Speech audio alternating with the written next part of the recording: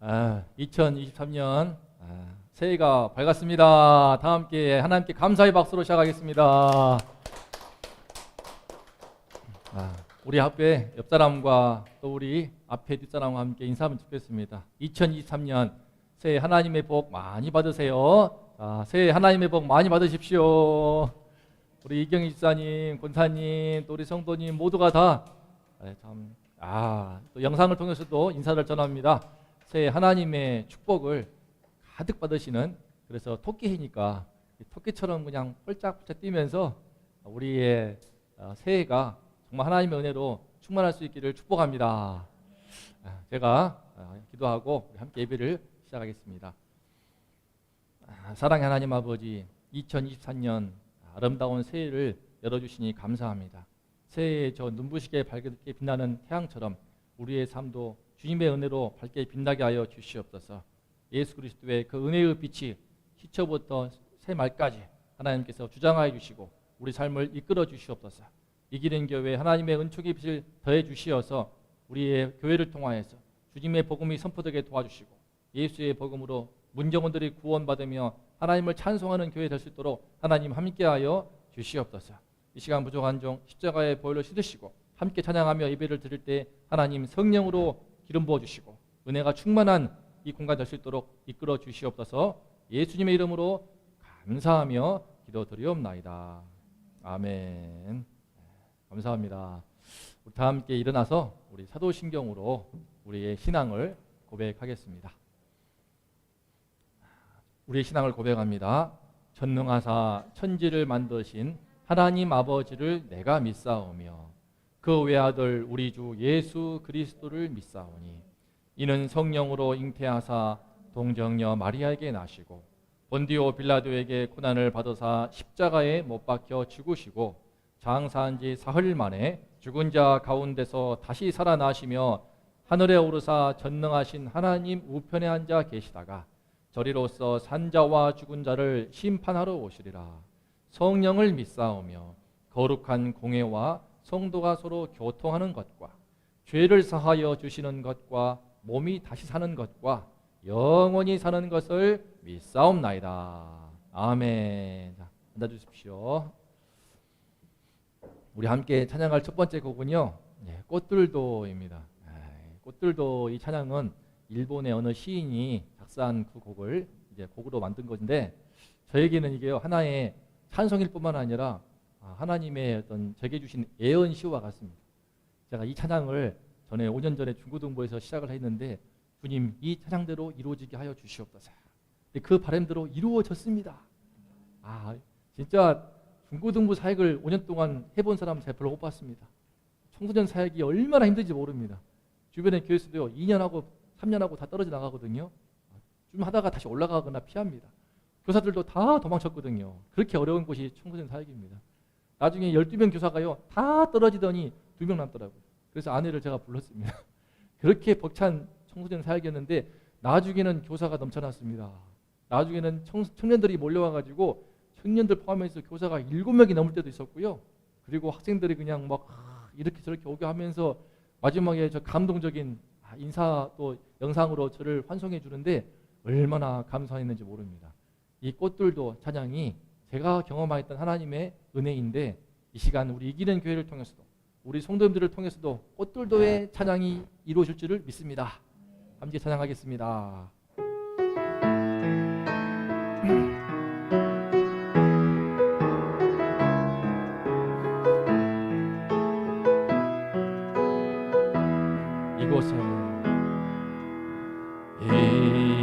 이곳에 생명샘 솟아나 눈물 골짝 지나갈 때에 멋잖아 열매 맺히고 웃음소리 넘쳐나리라. 아멘. 이곳에 생명샘 솟아나 눈물 골짝 지나갈 때에 멋잖아 열매 맺히고 웃음소리 넘쳐나리라. 꽃들도 구름도 바람도 넓은 바다도 찬양하라 찬양하라 예수를. 하늘을 울리며 노래해 나의 영혼아. 은혜의 주 은혜의 주 은혜의 주. 이 찬양처럼 예수를 만날 때 우리 마음에 그 영혼이 시원하게 뚫리면서요 꽃들이 찬양하는 소리를 들을 수가 있습니다. 이게 믿거나 말거나 할지 모르지만 예수가 내 안에 들어와서 문이 열려서 주변에 꽃들이 하나님을 찬양하고 바람도 구름도 저 넓은 바다가 저 위에 계신 하나님을 찬양하는 그 은혜의 목소리를 우리가 들을 수만 있다면은요 얼마나 마음이 풍요롭고 삶이 행복하고 즐겁겠습니까? 그 은혜가 예수를 만난 자에게 이루어질 줄로 믿습니다. 우리 2024년에는 우리 마음에 어디를 가든지 온통 대자연이 하나님을 찬송하는 그 은혜의 소리가 들려오면서 마음이 늘 시원하고 늘 기쁘고 행복할 수 있기를 축복합니다. 한 번 더 우리 고백합니다. 이곳에 생명샘이 솟아납니다. 이곳에 생명샘 솟아나 눈물 골짜 지나갈 때에 머잖습니다. 열매 맺히고 웃음소리 넘쳐나리라. 꽃들도 구름도 바람도 넓은 바다도 찬양하라 찬양하라 예수를. 하늘을 울리며 노래해 나의 영혼아. 은혜의 주 은혜의 주 은혜의 주. 그날에 하늘이 열리고 모든 이가 보게 되리라. 모두가 보게 될 것입니다. 마침내 꽃들이 피고 영광의 주가 오시리라. 꽃들도 구름도 바람도 넓은 바다도 찬양하라 찬양하라 예수를. 하늘을 울리며 노래해 나의 영혼아. 은혜의 주 은혜의 주 은혜의 주. 꽃들도 한 번 더 찬양합니다. 꽃들도 구름도 바람도 넓은 바다도 찬양하라 찬양하라 예수를. 하늘을 울리며 노래해 나의 영혼아. 은혜의 주 은혜의 주 은혜의 주 은혜의 주 은혜의 주 은혜의 주 은혜의 주. 이 시간 찬송하는 우리 성도님들의 모습이 꽃과 같습니다. 지금 꽃이 그냥 활짝 피고 있습니다. 지금 또 택시를 타고 달려오시는 우리 하면한 집사님 지금 꽃처럼 붉은 미소를 띠고 달려오시고 있습니다. 이 시간 우리 마음에 하나님의 은혜가 임해서 늘 우리 심령이 꽃처럼 피어나서 마음이 풍요롭고, 그죠? 가지고 있는 것이 소유의 많고 적음과 관계없이 우리 마음은 늘 영적으로 풍요하고 가슴도 풍요로운 그런 우리 성도님들 될 수 있기를 축복합니다. 이제 그 마음으로 은혜가 충만할 때 우리가 할 일이 무엇인가? 바로 이것입니다. 가서 제자 삼으라.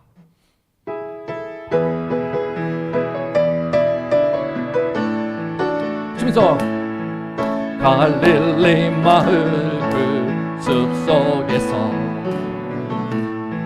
주님 그 11 제자 다시 만나시사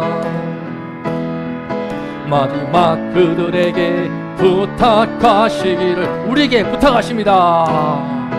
너희들은 가라 저 세상으로 가서 제자 삼으라. 세상 많은 사람들을 세상 모든 영혼이 내게 달렸나니 가서 제자 삼으라. 나의 길을 가르치라. 내가 너희와 항상 함께 하리라. 한 번 더. 갈릴리 마을 그 숲속에서 주님 그 11 제자 다시 만나시사 마지막 그들에게 부탁하시기를 우리에게 부탁하십니다. 너희들은 가라 저 세상으로 가라 하십니다.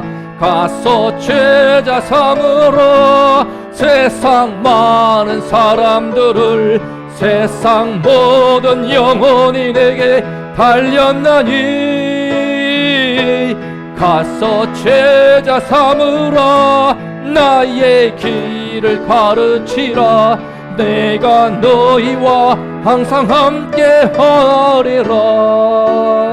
우리 예수님의 부탁하신 말씀이 무엇이냐면요, 나만 꽃이 되지 말고 내가 먼저 꽃으로 피어난 다음에 내가 다가가서 정말 시들어버린 영혼들 찾아가서 예수님의 말씀을 전하고 그 길을 가르쳐서 그 복음으로 그 영혼도 살아나서 구원받아서 꽃처럼 피어나기를 원하십니다.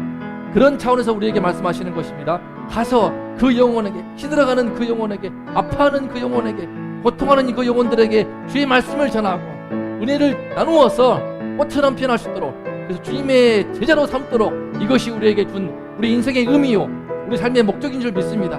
저도 그 길을 향해서 달려가는 중이고 그 부르심을 따라서 우리 이기는 교회에서 함께 우리 성도님과 함께 할 수 있음을 너무나 감사합니다. 다시 한번 찾아가겠습니다. 우리 2절입니다. 지금도 우리 주님은 찾아오십니다. 이 자리에 찾아오십니다. 지금도 우리 주 찾아오사. 어두워져 가는 저 세상 바라보며 마지막 우리에게 부탁하시기를 부탁합니다. 통이신이 미래야. 너희들은 가라 저 세상으로. 우리 성도님들 가십시오. 가서 제자 삼으라. 세상 많은 사람들을 세상 모든 영혼이 내게 달렸나니 가서 제자 삼으라. 나의 길을 가르치라. 내가 너희와 항상 함께 하리라. 가서 세상 많은 사람들을 세상 모든 영혼이 내게 달렸나니 가서 제자 삼으라. 나의 길을 가르치라. 내가 너희와 항상 함께하리라. 마지막으로 가서 세상 많은 사람들을 세상 모든 영혼이 내게 달렸나니 가서 제자 삼으라. 나의 길을 가르치라. 내가 너희와 항상 함께 하리라. 내가 너희와 항상 함께 하리라. 내가 너희와 항상 함께 하리라. 아멘. 우리 다 함께 이 시간 함께 기도하면 좋겠습니다. 우리 한 목소리로 기도할 때 하나님, 제 마음에 우리 가정에 예수의 복음이 흘러 들어와서 내 영혼이 꽃처럼 피어나게 하여 주시옵소서. 늘 활짝 핀 꽃처럼 주님을 찬송하는 내가 되게 도와주시고 나의 영혼 되게 도와주시고 우리의 가정, 우리 교회 되게 하여 주시옵소서. 나아가서 이런 날을 통하여서 문 영혼들 다가가서 아파하는 영혼들, 시들어가는 그 영혼들 주님의 말씀으로 은혜를 나누어서 그들을 살리고 세우며 함께 꽃처럼 피어나는 우리의 모든 성도가 되게 달라고 한 목소리로 기도하겠습니다. 하나님 감사합니다. 주님, 새로운 2024년 새해를 받았습니다. 이때 우리 마음에 이 시간 주의 말씀 알아가 주시고 성령으로 물붓듯이 성령을 부어주시고 충만한 가운데 그 은혜의 기름을 부어주시어서 우리의 심령에, 우리의 말라버린 영혼이, 우리 메마른 영혼들이, 우리의 고통하는 영혼들이 다 치유받고 나음받고 고침받고 주님의 은혜로 말미암아 꽃처럼 다시 한번 후성하게 도와주시옵소서. 꽃처럼 피어나게 도와주시옵소서. 그래야 머저나 우리 꽃과 같은 성도님들을 통하여서 이 자리에 우리 교회를 통하여서 문 영혼들이 구원받으며 많은 열매가 맺히며 함께 찬양하며 주님을 향한 웃음꽃이 피어나게 하여 주시옵소서. 아버지여, 문 영혼들이 우리에게 달렸으니까 아버지여, 주의 말씀을 가지고 예수의 은혜를 가지고 다가가서 아파하는 영혼들을 치유하게 도와주시고 그들을 세우게 도와주시고 그들을 유미 위로하게 도와주시고 주의 말씀으로 능히 살려서 꽃처럼 피어나게 도움으로 말미암아 함께 꽃처럼 피어나서 주의 영광을 드러내는 우리 아름다운 교회가 될 수 있도록 아버지 하나님 함께하여 주시옵소서. 새초부터 새말까지 이 은혜로 우리 모두를 주장하여 주시옵소서. 우리의 마음을, 우리의 내면을, 우리 영혼을, 우리 가정을, 이 나라와 이 민족을, 우리 공동체를 아버지 하나님의 은혜로 지켜주시옵소서. 우리 모두와 항상 함께하여 주시옵소서.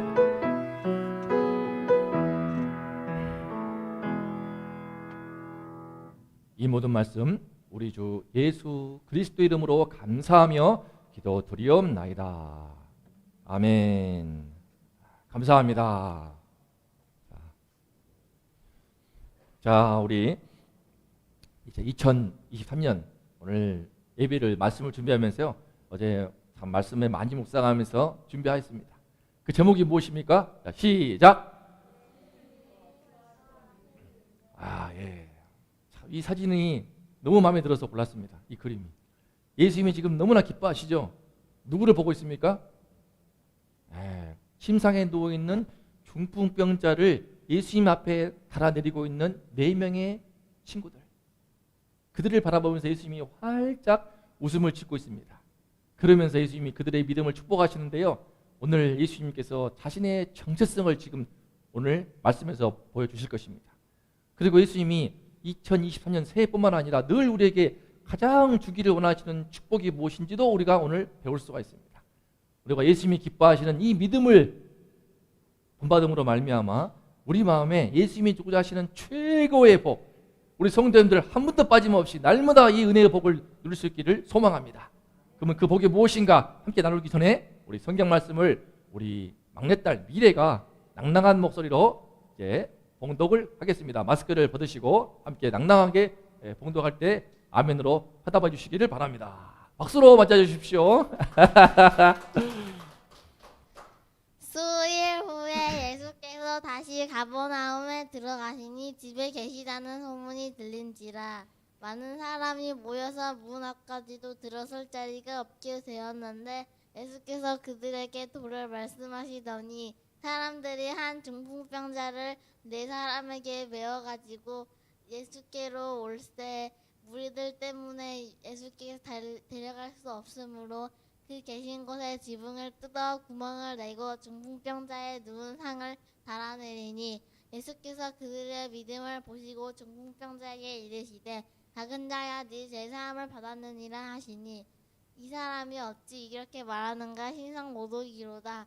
오직 하나님 한 분 외에는 누가 능히 죄를 사하겠느냐. 예수께서 이르시되 인자가 땅에서 죄를 사하는 권세가 있는 줄을 너희로 알게 하노라 하시고 중풍병자에게 말씀하시되 일어나 네 상을 가지고 집으로 가라 하시니. 자, 다 함께 읽겠습니다. 시작. 그가 일어나 곧 상을 가지고 모든 사람 앞에서 나가거늘 그들이 다 놀라 하나님께 영광을 돌리며 이르되 우리가 이런 일을 도무지 보지 못하였다 하더라. 아멘. 우리 낭낭하게 봉독한 미래에 박수 하겠습니다.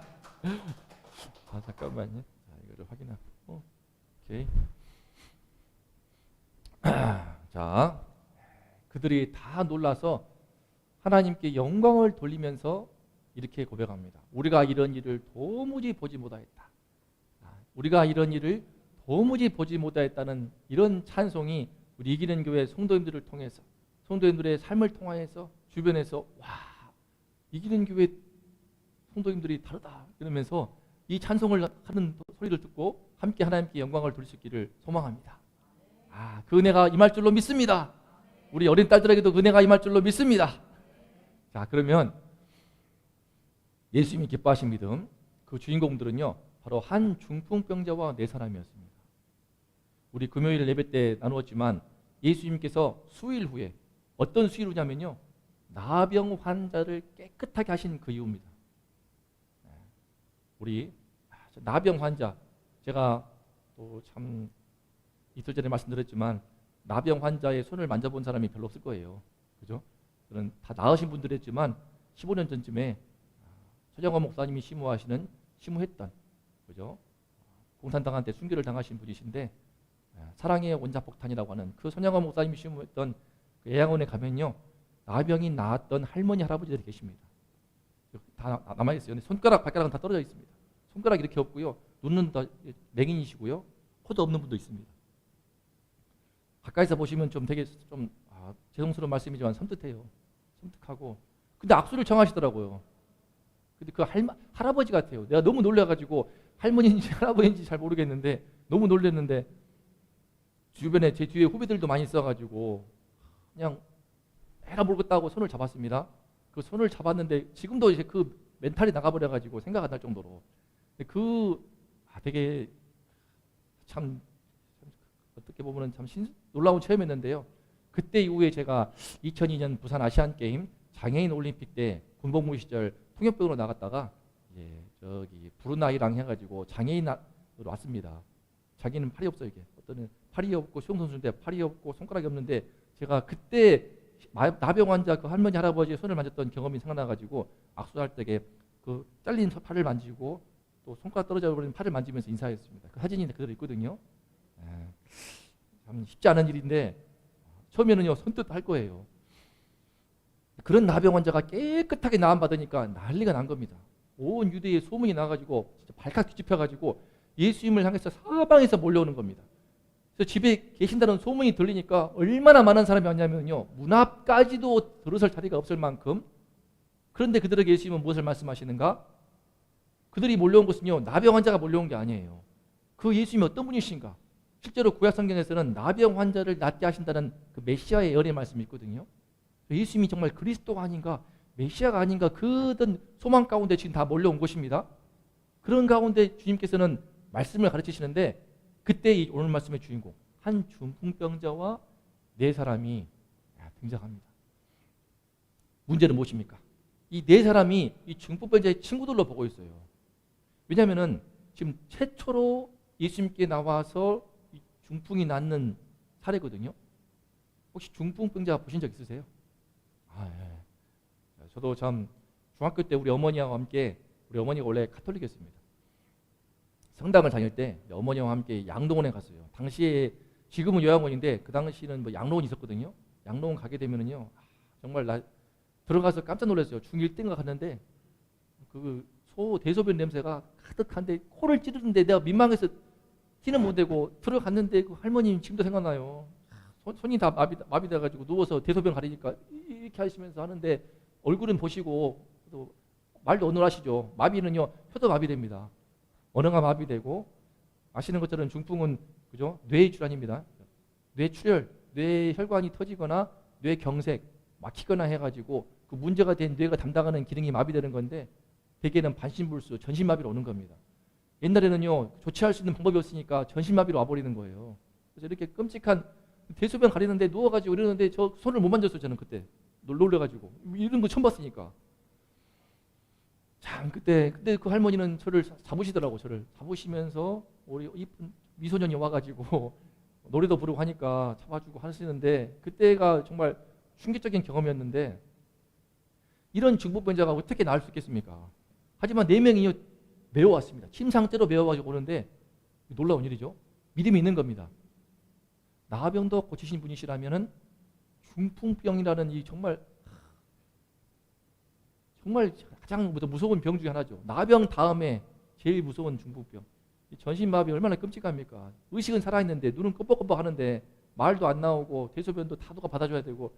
제가 수술을 해봤기 때문에 알거든요. 저도 초등학교 강의 때 이 배를 자르는 수술을 해가지고 큰 수술을 했는데 그 당시에 누워서 대소변을 하는데 어린 마음에도 좀 부끄러웠는데 얼마나 이거 참 수치스럽습니까 이게. 그런 중풍병자 오죽하면 친구들이 안타까워하다가 되게 우애가 좋았나 봐요. 처음부터 중풍이 아니고 잘 살다가 중풍에 걸렸는지 푹 맞아가지고.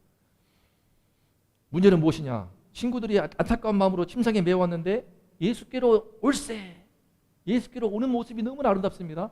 근데 무리들 때문에 예수께 들어갈 수가 없어요. 어떻게 하실래요? 이럴 때 매너 좋게 사람이 많네. 야 친구야 안 되겠다. 다음에 오자. 돌아가실래요? 기다리시겠어요? 기다린다고 답이 안 나옵니다. 왜냐하면요 끊임없이 복음서를 보게 되면요 예수님 주변에 늘 무리들이 바글바글 됩니다. 특히 초창기에는.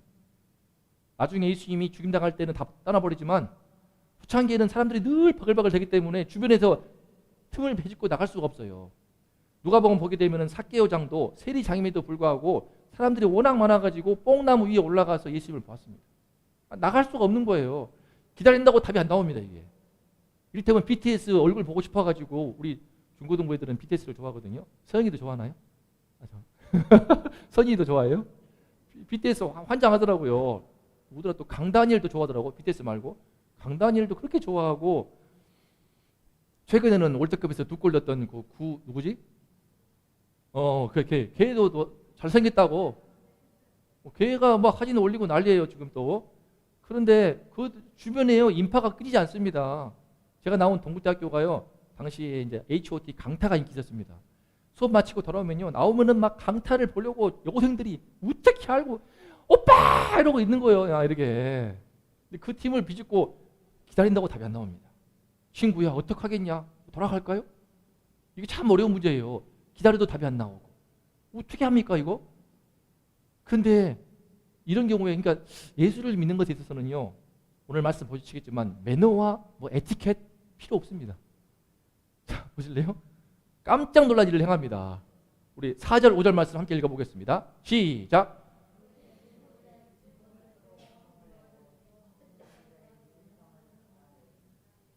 예수께서 그들의 믿음을 보시고 중풍병자에게 이르시되 작은 자야 내 죄 사함을 받았느니라. 자, 어떤 일을 행했느냐? 그 계신 곳, 예수님이 계신 곳 있죠. 그곳에 우리 봤지 않습니까? 이 그림. 당시 유대인들의 집은요 이렇게 위에 지붕이 있잖아요. 옥상 같습니다. 나무같이 얼기설기 얽혀가지고 풀떼기 해가지고 위에다 빨래도 걸고 옥상에서도 다 빨래 말리고 하는 거거든요. 그런데 여기서 이거 뚫을 수 있는 곳입니다. 하지만 이 남의 지붕 올라가가지고 4명이 앞에가 막혀 있고 문이 꽉 차서 사람들이 가득하니까 안 되겠다 싶어가지고 심장을 또 어떻게 올려나 몰라. 위로 올려가지고 바닥으로 팡팡 발로 찍어가지고 생각을 해보세요. 예배 중인데 지금 예를 들면은 지금 말씀 전해 중인데 가운데 갑자기 쿵쿵해. 이거 분위기에 잡치는 거죠. 새 예배 드리고 있는데 위에서 막 드드드드드 하면서 구멍을 뚫고 있어. 그리고 막 부스러기 떨려지고 먼지 날리고 이런 상황입니다. 남의 지붕을 뜯어버렸으니까요. 일단은 가택 침입죄이고요. 지붕을 뜯어가지고 구멍을 내버렸으니까 구멍도 작은 구멍이 아니야. 이런 작은 구멍이 아니고 침상을 내려야 되기 때문에 얼마나 크게 팝니까? 이렇게 무심하게 구멍을 파버렸어요. 다 뜯어버린 거죠. 이런 기물파손죄에 가택 침입죄까지 해당되기 때문에 당장 고발 사유가 되는 겁니다. 이런 짓거리를 한 거예요, 이들이. 그러면서는 누운 상을 달아내립니다. 그러니까 예배 분위기는 끊겼고요. 흐름이 끊겨버리고 사람들 주변에서 웅성거리면서 먼지 날리니까 막 이게 뭐야? 뭐야 이게 소위 회치기. 상을 또 내립니다. 하나 둘 같이 떨어져 버리니까 친구가 4명이서 맡아가지고 하고 있으니까 지금 완전히 분위기가 지금 쑥대밭이 돼버리는 거죠. 아마 좀 성질 하나온 사람 뒤에서 그냥 이게 뭐 하는 짓이야 하면서 소리 칠 겁니다. 그런 분위기인데 예수님께서는 어떻습니까? 그 앞에 딱 달아내리는 그 모습을 보시고 예수님이 뭐라고 말씀하시는가? 시작. 작은 자. 이게 뭔 죄일까요? 뭔 죄예요? 이거? 지붕 뜯어버린 죄가 할까요? 그건 또 포함될지 모르겠어. 지붕 뜯어버리고 구멍 뚫어버리고 예배를 방해한 그죠? 예배 그 죄가 있습니다. 신천지가 들어오게 되면요 예배 불경죄가 그게 있습니다. 그런 걸 가리킬까요? 그거 아니에요. 중풍병자 한 거 아니에요. 4명이 한 거예요. 누구의 믿음입니까? 병자를 데려온 4사람의 믿음입니다. 그러면 4사람의 그 어떤 믿음을 보시고 예수님은 신기하게도 그들의 믿음을 보신 겁니다. 보통은요, 도덕과 윤리적인 사람들은요, 그 사람의 매너를 봅니다. 그리고 되게 얼마나 거칠어 막 분명히 뚫어도요, 좋게 안 뚫었을 거야. 발로 팍 붙이고 그냥 소리치면서 매너도 없어. 에티켓도 없어. 그냥 무식해. 근데 그런 모습 보고 막 사람들은 화내고 하겠죠.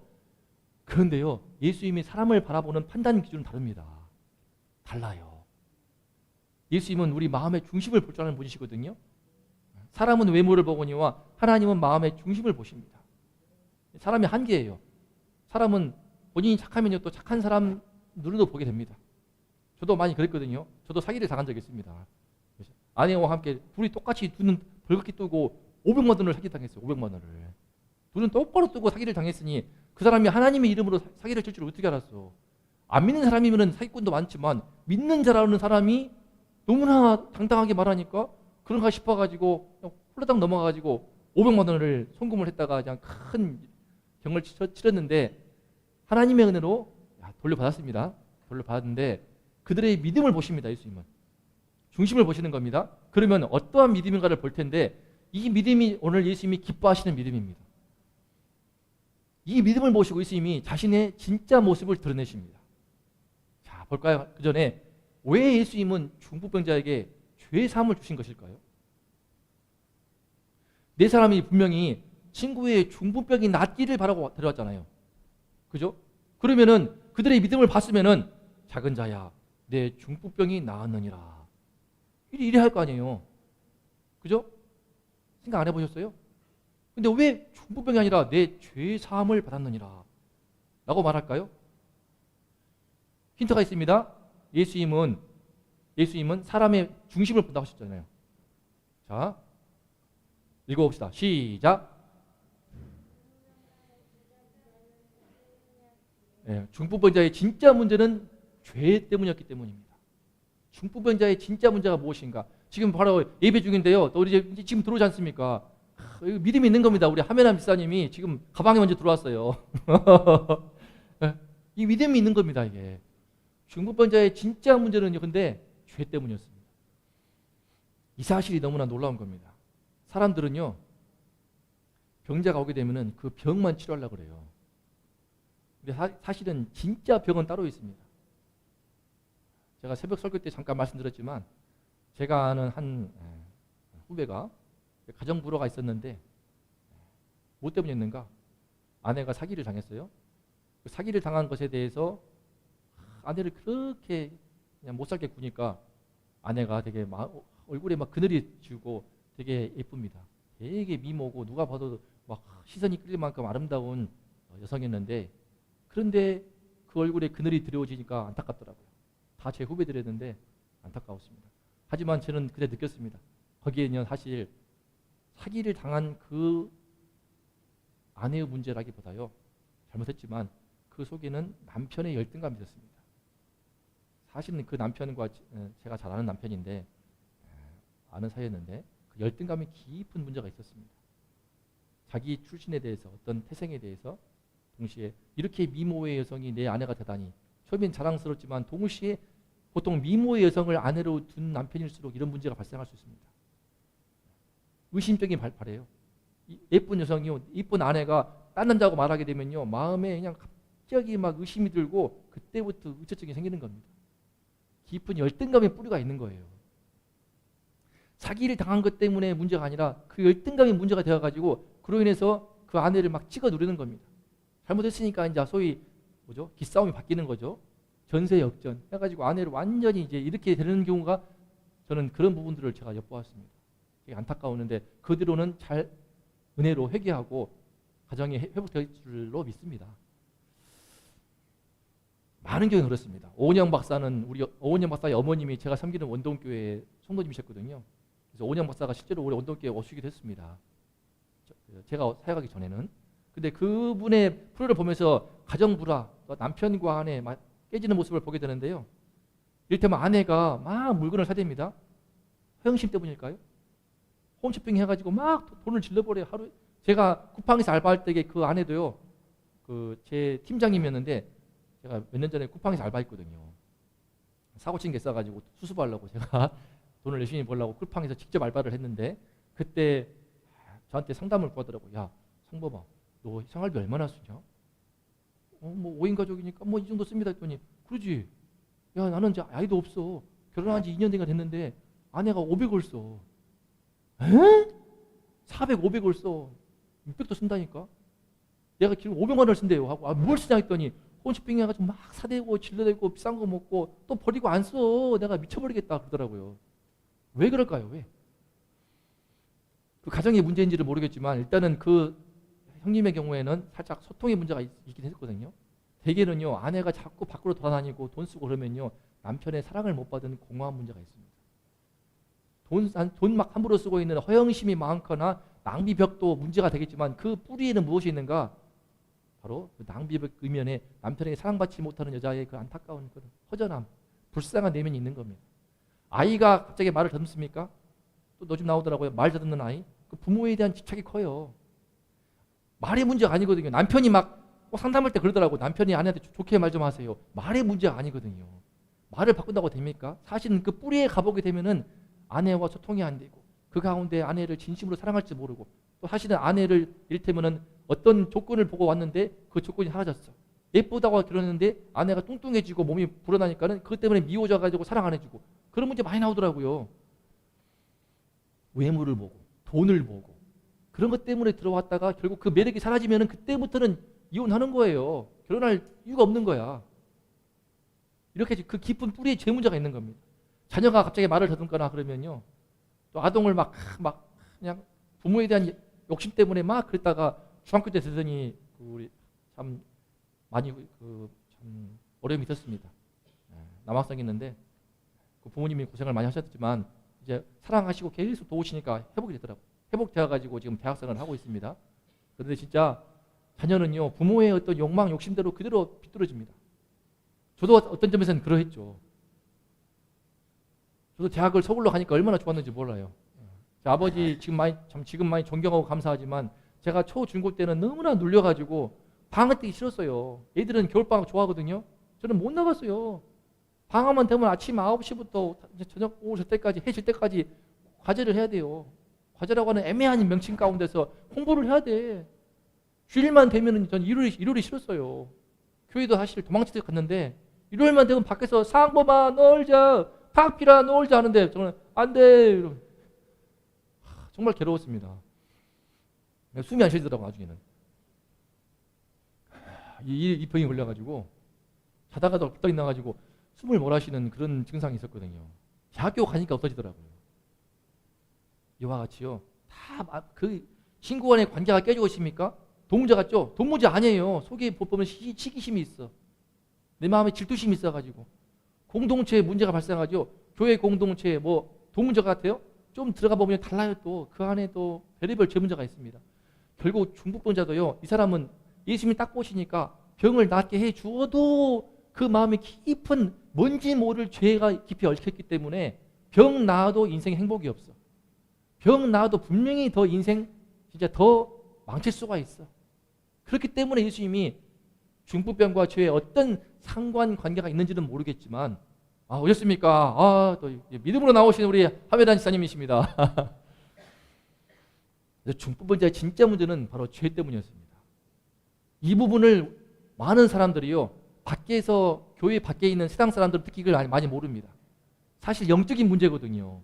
하나님이 없는 문제이고 죄 문제인데 아내가 사기를 당했기 때문이라고 말하지만 본인을 알고 있어. 자기의 마음에 숨어있는 열등감이 뿌린 것을 알지만 자기를 속입니다.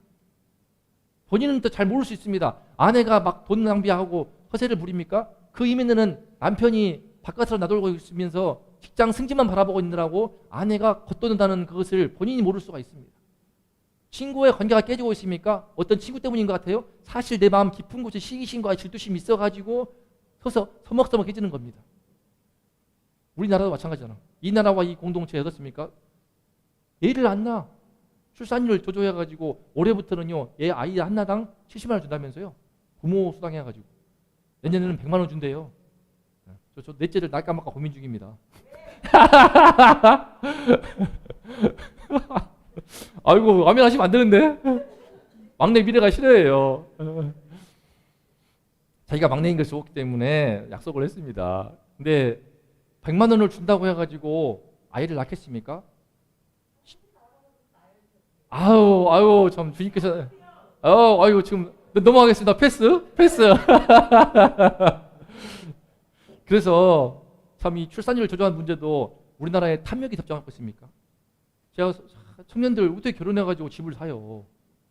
저처럼 집을 안 사고 이제 월세로 시작할 수 있겠지만 요즘에는 월세도 힘들겠더라고. 전세도 엄청 올라가지고 저처럼 살라고는 참아 못하겠어. 저는 아내와 함께 7평짜리 데 가서 막 8평짜리 앞집에서 올르면서 우리는 그렇게 키울 수 있죠. 에어컨도 없이 키울 수 있는데 요즘에는 그렇게 힘든 것 같아요, 사실. 근데 이렇게 집값이 올라가지고 어떡합니까? 대체 어떻게 살아? 수원, 광교 어마어마하더만요. 살 떨려. 10억이 어디 있어? 무슨 10억이 말이 나 10억 나 진짜 10억이 무슨 내 이름도 아니고. 제가 있던 용산은요 10억 우스워요. 20억 나와요. 막 앞에 아파트인데 이태원 세상 25억, 26억 나오거든요. 기가 막혀요. 이런 탐욕이 우리나라를 덮고 있기 때문에 그로 말미암아 지금 청년들이 아이를 못 갖지 않습니까? 결혼도 못 합니다. 진짜 문제는 무엇인가? 죄 문제예요. 근데 부모 수당 해가지고 100만 원 준다고 해가지고 얘를 낳고 갑자기 출산율이 올라갈까요? 안 되는 거잖아요. 다 눈 가리고 아웅이거든요. 이처럼 하나님을 알게 될 때 영적인 문제, 진짜 죄 문제인 것을 우리가 꿰뚫어 볼 수 있는 줄로 믿습니다. 그래서 예수님이 가장 주려하신 축복이 무엇인가? 바로 이것입니다. 시작. 바로 죄사함입니다. 바로 죄사함이에요. 마가복음 2장 말씀에서 처음 예수님은 자신의 정체성을 드러내십니다. 바로 이 말씀이 무엇이냐? 아들을 낳으리니 이름을 예수로 하라. 그 뜻이 무엇일까요? 그가 자기 백성을 그들의 죄에서 구원할 자이십니다. 예수님은요 오병이어 기적을 통하여서 5천 명을 배불리 먹이십니다. 돈 문제, 먹고 사는 문제 깨끗이 해결할 수 있는 분이 예수님이세요. 하지만 딱 그 한 번입니다. 그 다음 이방인한테 7병이어 기적 딱 한 번입니다. 유대인한테 한 번, 이방인에게 한 번. 이와 같이 해서 딱 2번만 먹이 주시지 실제로는요 배가 배부르고 등 따숩다고 인간의 문제가 해결되는 게 아닙니다. 그래서 공산주의는 한계가 있는 거예요. 공산주의는 기본적으로 유물론 사상이기 때문에 물질주의에 기반한 것이라서 사람이 잘 먹고 잘 살면 그것으로 충분하다고 생각하거든요. 그래서 종교는 앞선 것 같다고 하면서 종교를 대대로 박해합니다. 중국 보세요. 러시아 보세요. 공산권에는 베트남 보세요. 안 되는 겁니다. 북한은 말할 것도 없고 인간에 대한 관점이 다른 거예요. 배부르고 등 따스면 사람이 행복할 수 있습니까? 인간은 돼지가 아니거든요. 사람에게 영혼이 있기 때문에. 그런데 우리 영혼 가운데서 그 문제를 놓치고 있는 건데 예수님은요 그래서 먹고 사는 문제가 아니고 죄, 이 땅의 모든 근본 문제, 우리 인간의 근본 문제도 죄라는 것을 알고 있습니다. 그 뿌리 깊은 죄, 단순히 어떤 거짓말해요, 나쁜 짓 했어요, 또 뭐 사기쳤어요, 그런 것은 표면에 있는 것이고요. 그 깊은 뿌리에 하나님을 인정하지 않고 하나님 없이 살아가는 그 뿌리 깊은 죄성이 있습니다. 내 삶에 하나님을 두지 않는 거죠. 내 삶에 나의 위에 있는 나의 존재의 왕을 두고자 하시지 않는 그 본능이 있습니다. 우리 가운데. 저도 목사이지만 있습니다. 내 마음대로 하고 싶고 내가 다 부리고 싶고 명령하고 싶고 하지 누가 말 듣고 싶겠습니까? 하지만 내 위에 하나님을 두는 것이 바로 우리 인간의 창조받은 본래의 모습입니다. 위에 하나님을 두라고 에덴 동산에 선악을 알게 하는 나무를 지으신 거거든요. 그런데 그 선악을 알게 하는 나무를 따먹어버린 아담의 그 피가 흐르기 때문에 하나님을 인정하고 싶지 않아요. 그로 인해서 모든 문제가 발생합니다. 자기 안에 있는 뿌리 깊은 죄성이 있어가지고 결혼할 땐 좋았어. 왜 그런데 그렇게 헤어지고 원수가 되고 정말 피말리는 전쟁을 합니까? 바로 죄. 그래서 예수님은요 죄에서 구원할 자라고 하시는 이 예수님의 이름을 가지고 태어나시지 않습니까? 마가복음 2장 말씀에서 곧바로 이 중풍병자의 친구들을 보면서 너무나 기뻐하면서 죄 사함의 은혜를 이 중풍병자에게 주십니다. 죄 사함의 은혜를 꼭 받으시기를 축복합니다. 이미 우리가 죄 사함의 은혜를 우리가 받고 있는 분이 있다면요, 그 죄 사함의 은혜가 충만해지기를 가장 큰 은혜는 이겁니다. 내 아들이 서울대를 가고 내가 돈벼락 맞아서 로또가 당첨이 되고 그런 것은 다 격가지에 불과하고요. 내 마음에 저도 예수를 만나고 제일 좋았던 것이 그거였어요. 제가 착하게 살아왔지만 착한 모범생으로 살아왔지만 저는 제 마음에 더럽고 시커먼 것을 알고 있거든요. 제 마음에 친구를 시기하고 전에 말씀드렸지만 고3 때 친구였던 최봉길이 지금은 광주에서 실급 공무원이 되고 있는데 정말 친했지만 제 마음에 깊은 시기심과 질투심이 발동해가지고 성적은 제가 좀 더 좋았으나 뭔가 모를 그 친구 앞에 서게 되면은 그 자아가 분명하고 소신이 분명하고 꿈이 분명한 그 친구 앞에서 뭔가 모르게 내가 실력은 더 좋았지만 열등감이 들었습니다. 그러면서 그 친구 앞에 대한 시기심 때문에 나중에 목이 뻣뻣해가지고 미쳐버리겠더라고요. 나중에는 그 친구가 없으면 좋겠다. 나중에는 내가 정말 죽일 수 있다면 좋겠다. 저 친구를 죽여버리고 싶다. 내 반에 저게 없어버리면 내가 마음 편하게 공부할 텐데 쟤가 있어가지고 문제다. 자, 그 정도까지 하더라고요. 사람이 시기심이 그렇게 무서운 겁니다. 가인이 아벨을 쳐 죽일 수밖에 없던 것은요, 그 꼴을 맨날 보고 있으니까. 안 보이면 좋은데 보이면 환장하는 거예요. 그런 제가 얼마나 악합니까? 나 안에 그 사악한 본능을 제가 알거든요. 남이 아는 나와 내가 아는 나가 다를 때 거기서 오는 자아 괴리감은 엄청납니다. 죄에서 구원할 자. 이 말씀 앞에서 나는 깨끗해, 나는 아무런 죄가 없어, 이렇게 말할 수 있는 사람이 어디 있겠습니까? 내 삶에 내 안에 있는 거짓이 있고 내 삶에 있는 이중성 있지 않습니까? 이중성. 사람은요 앞에서 뒤에서 막 뒷담화하고요, 막 욕하고요, 그러다가도 들어오게 되면요, 안녕하세요 과장님 할 수 있는 게 인간이거든요. 그 끔찍한 가식을 아십니까? 우리 아내 병원에서 일하는데 보시면 안 될까? 네. 이제 어제 그만두는데, 지난주 그만두는데 또 아내가 너무 잘해가지고 2주만 도와달라고 해서 이번 주 이틀 도와준대요. 다음 주 3일 도와준대요. 원장이 전화 와가지고 그렇게 부탁하더래요. 차분하게 너무 잘해주신다고. 그러면서 아내를 처음 좀 약간 다툼이 있었던 아내가 오자마자 막 좀 갈궜대요. 그분이 나중에는 아내한테 미안하다고 하면서 참 그러더랍니다. 내가 이렇게 어떻게 사모님은 그렇게 까칠한 사람 좀 앞에서 짜증 안 내고 차분하게 대하세요? 그렇게 물어보더래요. 우리 사모님 참 감사합니다. 저 말하다가 내가 포인트를 넘어가 버렸어. 그런데 참 이런 문제, 죄의 문제들이 정말 뿌리에 있는 것입니다. 그래서 예수님이 꼭 이 죄 사함을 받아야 되는 것입니다. 깨끗한 내가 용서가 돼야 돼요. 우리 성도님들은 자신을 용서할 수 있습니까? 저 보기도 착해 보이잖아요. 착하게 살아왔어요 나름대로. 하지만 저는 제가 자신을 용서할 수 없는 제 마음의 죄를 압니다. 제 내면의 죄를 압니다. 행동으로 안 갔을 뿐이지 나는 내 안은 행동으로 가고 법이 없다면요 저는 이미 최봉기를 죽였을 거예요. 미안해 봉기라. 언젠가 볼 건데 미안해 봉기라. 그리고 제가 군복무 시절에 저를 괴롭혔던 김무현이, 지금은 회개했을지 모르지만 저를 무던히 괴롭혔던 김무현이 정말 사람이요 상상으로 이빨을 칠 수 있다면요 걔 이빨은 남는 게 없을 거예요. 제가 얼마나 걔를 정말 죽이고 싶은, 내가 죽고 싶은데 죽을 수는 없고 죽이고 싶고, 군대 고참 때문에 죄의 사함을, 그때 제가 늘 바라봤던 것이 십자가에 피 흘리시고 있는 가시면류관을 쓰신 그 예수님의 얼굴 때문에 그때마다 저의 마음의 분노와 미움을 주님의 피로 씻고 군생활을 무사히 마치게 되었습니다. 하루는 제가 너무 화나가지고 친구 후임병한테요, 제 부사수인데 너무 일을 못하길래 야 이 새끼야 했더니 난리가 났어요. 제가 그 정도였습니다. 야 이 새끼야 했다고 고참이 와가지고 오 김병장 오 야 이 새끼야 오 이러면서 놀리는데 김상범 병장이 야 이 새끼야 했다는 거예요. 그 입에서 야 이 새끼가 왔으니까 그 내 부사수한테 야 임마 너 얼마나 잘못했으면 세상에 김병장한테 야 이 새끼가 와서 내 그 제대 앞둔 교참이 야 이 새끼야 이러는데 제가 그 정도였습니다. 그렇게 착하게 살았지만 제 마음에 용서할 수 없는 그 마음의 깊은 뭘 웃고 있어. 지금도 선해요. 이게 부사수 박기덕이에요. 잘 있나 모르겠네. 자, 그래서 예수님은 꼭 죄사의 은혜를 주고 싶은데요. 아무나 못 받습니다. 근데 그 은혜를 받을 수 있는 이 멋진 모델을 발견한 거예요. 세 번째, 시작.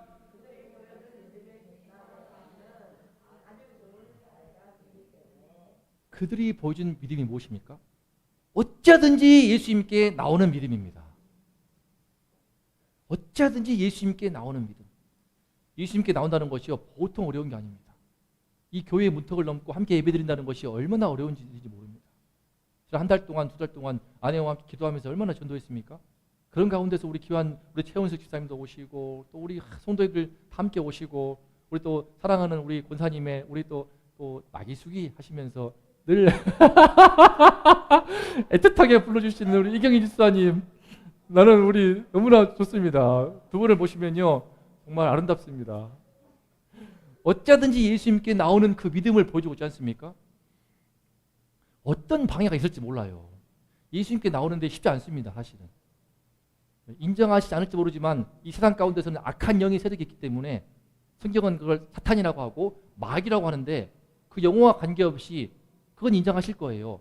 세상은 악한 영적인 세력이 있어가지고 이번에 31살 이경이가요 사람을 2번 죽였잖아요. 전에 동거하던 50대 여자를 죽여가지고 시체를 유기하고, 그래놓고는 또 택시기사 사고 나가지고 합의한다면서 집에 들어와가지고 죽여가지고 옷장에 숨겼다가 들통나고.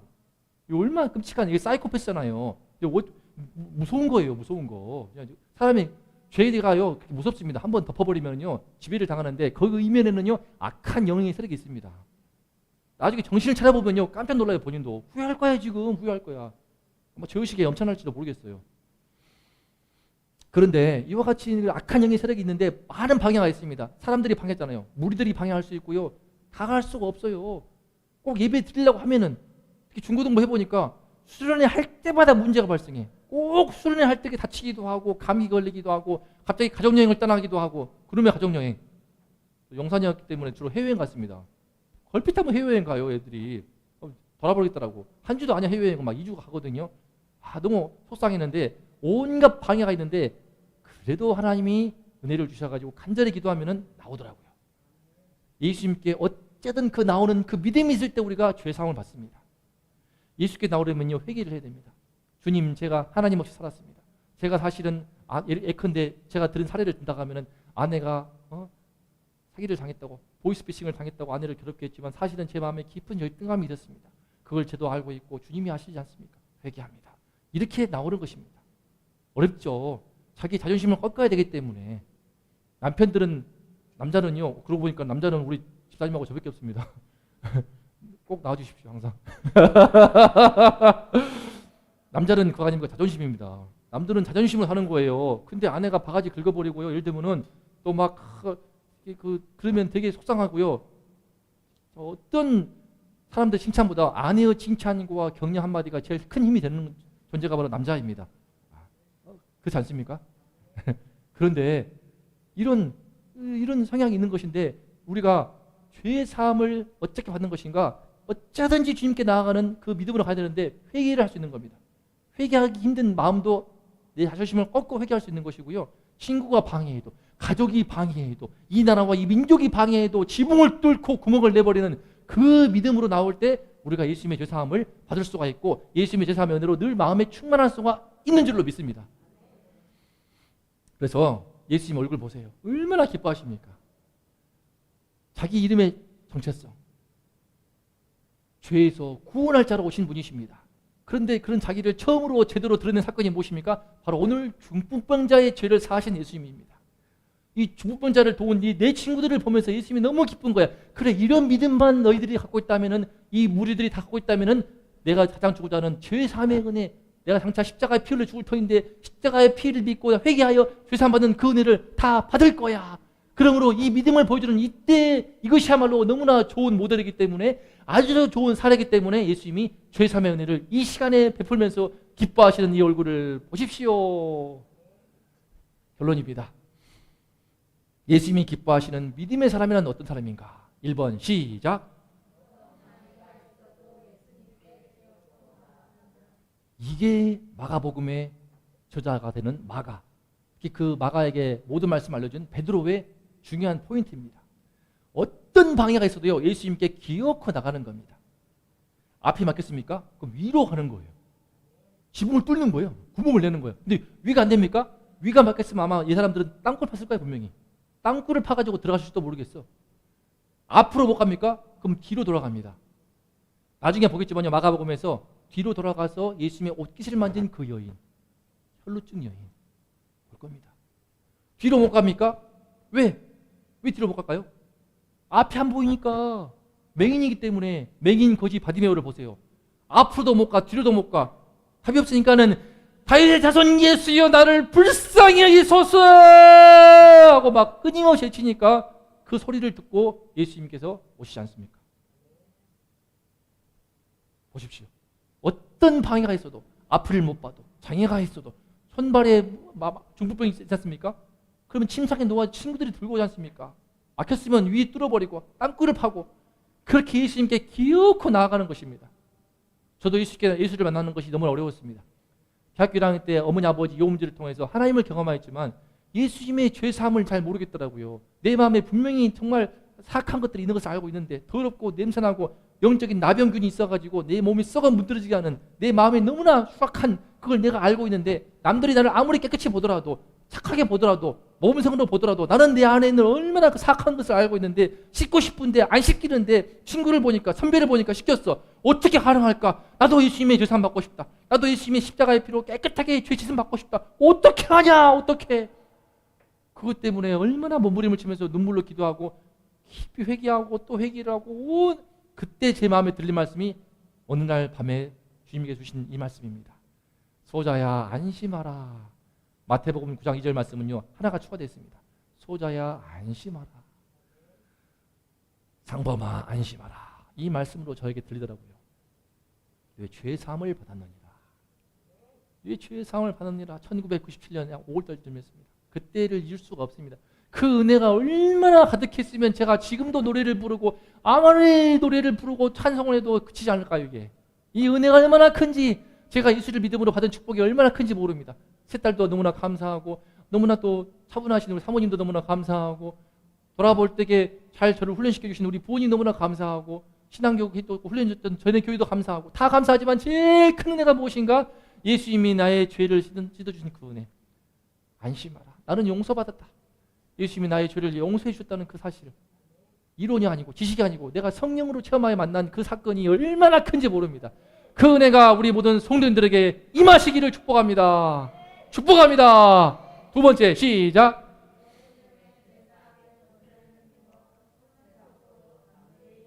담대히 나아갑니다.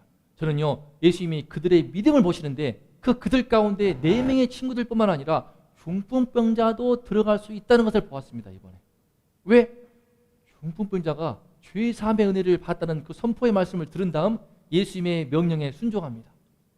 일어나 내 다리를 들고 걸어가라 하는 그 말씀에 이 중풍병자가 죄사함의 은혜가 임해버리기 때문에 하나님께서 용서받은 그 은혜로 말미암아 자신의 중풍병을 믿음으로 죄사함의 권세로 극복하면서 일어나는 것을 볼 수 있습니다. 물론 예수 믿는다고 해가지고 병이 다 낫지 않습니다. 하지만요 병이 이거는 예수님이 어떻게 보면은 되게 상징적으로 보여주신 겁니다. 중풍병자도 예수님의 죄사함의 은혜가 임하게 되면은 벌떡 일어나서 걸을 수가 있다. 우리 이 땅에 어떠한 내 안에 마음의 병이 있습니까? 내 마음에 괴로움이 있습니까? 인생에 어려움이 있고 시련이 있습니까? 예수님의 이름으로 극복하지 못할 게 없다는 사인을 주시고 있는 것입니다. 예컨대 아시나요 혹시? 닉 부이치치 유명하지 않습니까? 사지마비 정도가 아니에요. 이게 팔다리가 없어요. 꼬리 같아요. 닭다리 같아가지고 자기 이름도 알아요. 자기 스스로 이게 닭날개래. 닭다리라고 하더라고. 이런 닉 부이치치가 얼마나 지금 저도 못 알고 있는 서핑을 타고 있지 않습니까? 저는요 이 친구의 간증을 보면요 닉 부이치치 치시면 나오는데요 할 말이 없어요. 할 말이. 전 청년들이 취업하기 힘들다고 하는 그 소리에 인정하지만 이 친구 앞에서는 청년들도 회개를 해야 됩니다. 사지 멀쩡하고 젊음이 충만한 그때에 취업 몇 번 시도했다가 포기해버리면 안 됩니다.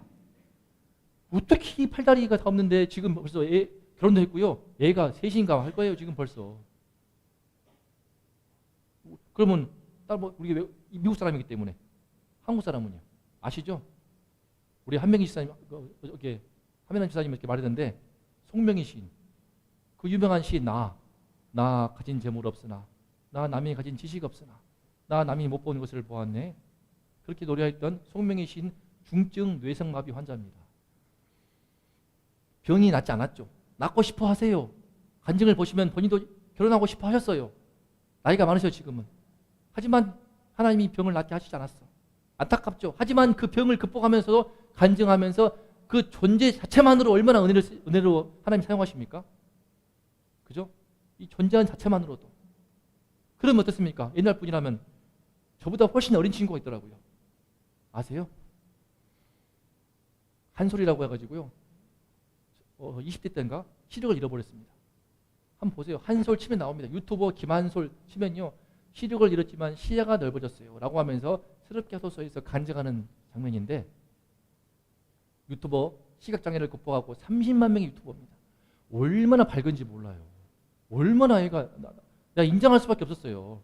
딱 보고 예수 믿는 사람인 줄 알았어요. 제가. 아니 보기에는 멀쩡해 보이지만 사실 20대 때인가 시력을 점점 잃었기 때문에 10대부터 시작했구나. 자, 앞이 안 보이니까 이렇게 말해요.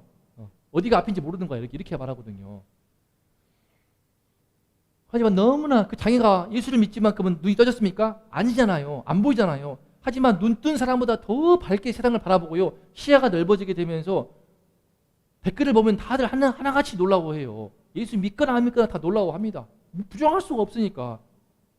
이런 은혜가 예수의 이름으로 죄사함의 권세를 힘입어서 나의 병도 극복할 수 있지 않겠습니까? 우리에게 각자의 병이 있습니다. 각자의 약점이 있지 않습니까? 약점이 있고 내 마음의 병이 있고 내 마음의 슬픔이 있고 내 마음의 고통이 있고 내 가정에 어려움이 있다 한들 예수님의 그 죄사함의 은혜가 임해버리면 달라지더라고요. 저도 그 죄사함의 은혜가 임해버리니까 제 삶 속에서 지나온 삶이 해석이 되고 우리 부모님께 받았던 훈련들이 다 너무나 귀한 훈련인 것을 깨닫게 되었고 하나하나가 너무나 감사하게 되었고 그러면서 내 삶에 용기가 생겨나서 정말 전에는 상상하지 못했던 용감한 삶을 살게 되었습니다. 또 영광스러움도 많이 경험했습니다. 제 인생에 언제 제가 인터뷰를 해보겠습니까? 그죠? 총신대 신학대학원 전체 수석했을 때에 신문에서 전화하더라고 기자가 축하합니다 그러면서 인터뷰도 해봤어요. 신문에 실리더라고요. 얼마나 영광스럽던지 그런 거 처음 해봤어요. 더 영광스러운 것은요 입학식 때에 자 전체 수석 합격자 김상범 올라가네요. 약 1,500명이 보고 있는 앞에서 딱 단상에 올라가가지고 하는데 너무나 기쁘고 영광스럽더라고요. 근데 그때 느꼈습니다. 그 작은 영광을 불과한 것이고 마지막 날 주님이 오시는 그날에 하늘이 열리고 모든 이가 보게 되리라 했던 그 찬양처럼 예수님이 나를 맞이하실 때 천군 천사가 마음껏 찬양하고 박수를 치면서 환영하게 될 그 영광을 저는 바라보게 됩니다. 그 영광을 우리 모두 함께 누리시기를 축복합니다. 축복합니다. 자, 예수님이 기뻐하신 믿음, 그 믿음이 무엇인가 5절 말씀을 읽고 마치겠습니다. 시작!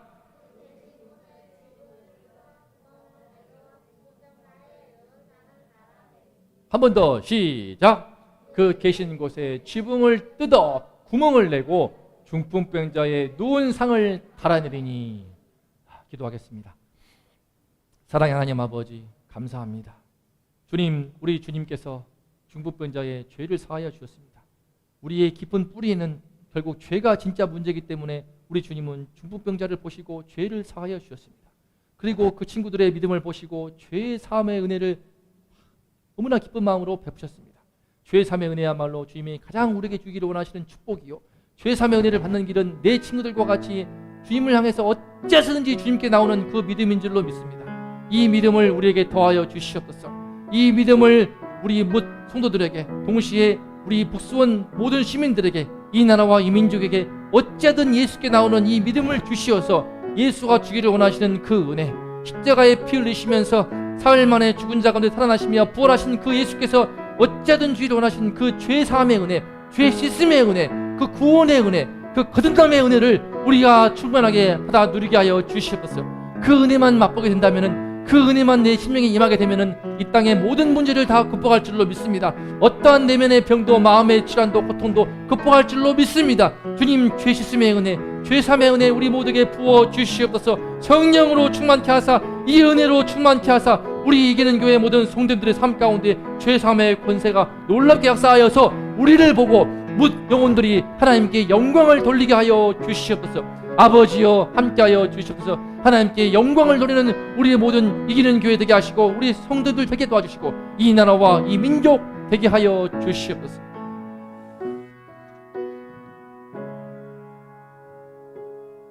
하나님 감사합니다. 하나님께서 은혜를 주시어서 우리에게 지붕을 뚫고 구멍을 뚫어서 심상에 달아내리는 그 믿음을 주시어서 예수를 만나게 하여 주시옵소서.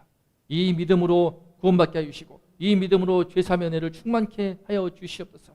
이 은혜를 사망으로 귀한 물질을 드립니다. 귀한 묻을 받아 주시어서 이 북수원 땅에 화장동에 나아가서 이 나라 이 민족에 주님의 놀라운 죄사함의 복음을 증거하는 일에 아름답게 사용하여 주시옵소서. 이제는 우리 주 예수 그리스도의 그 크신 은혜와 아버지 하나님의 놀라우신 사랑하심과 지붕을 뚫고 어쩌든 주님께 나오도록 용기를 주시는 성령님의 은총이 이 시간 중풍병자와 내 친구들의 믿음으로 주님께 나와 죄 사함의 은혜, 죄 씻음의 은혜를 받기를 사모하며 그 은혜를 간절히 구하며 고개를 숙인 우리 성도님들과 이 나라 이 민족 위에 이제로부터 영원토록 함께 있을지어다. 아멘. 아멘. 아멘.